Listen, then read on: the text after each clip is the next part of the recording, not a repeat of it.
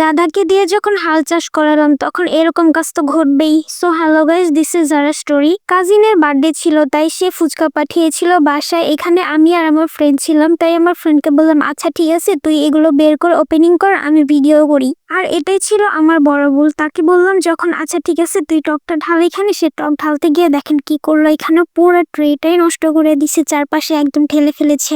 এরপর আর কি গাধাকে দিয়ে যেহেতু হাল চাষ করিয়েছি তাই সেগুলো সবকিছু আবার নিজে পরিষ্কার করলাম। এরপর বললাম আচ্ছা এবার সাবধানে কর, এগুলো আর ফেলিস না। বললো ঠিক আছে এবার আর পড়বে না। যাই হোক, তারপরে দেখি সত্যি পড়েনি, সুন্দর মতো হয়ে গেছে। দেখলাম যে না ঠিক আছে এবার ভালো মতো কাজটা করতেছি, সুন্দর করে এগুলো মিক্স করছে। হঠাৎ মনে পড়লো যে ফুচকার সাথে তো আমাদের আরেকটা জিনিসও দিয়েছে, এই যে স্প্রিট। আমাদেরকে ফুচকার সাথে তো স্প্রিটও দিয়েছিল, তাই আমি বললাম আচ্ছা ঠিক আছে আমারটা আমাকে দিয়ে দিই। তারপর আমার স্প্রিটটা নিয়ে একটু ঢং করলাম। এবার সে আবারও তার কাজে ফিরে গেল, মানে তার কাজে লেগে পড়লো। ফুচকাটাকে নিয়ে ফুচকাটাকে সুন্দর মতো ভাঙলো। এবার সেই ফুচকাটার মধ্যে পোরটাকে সুন্দর মতো দিয়ে দিচ্ছিল।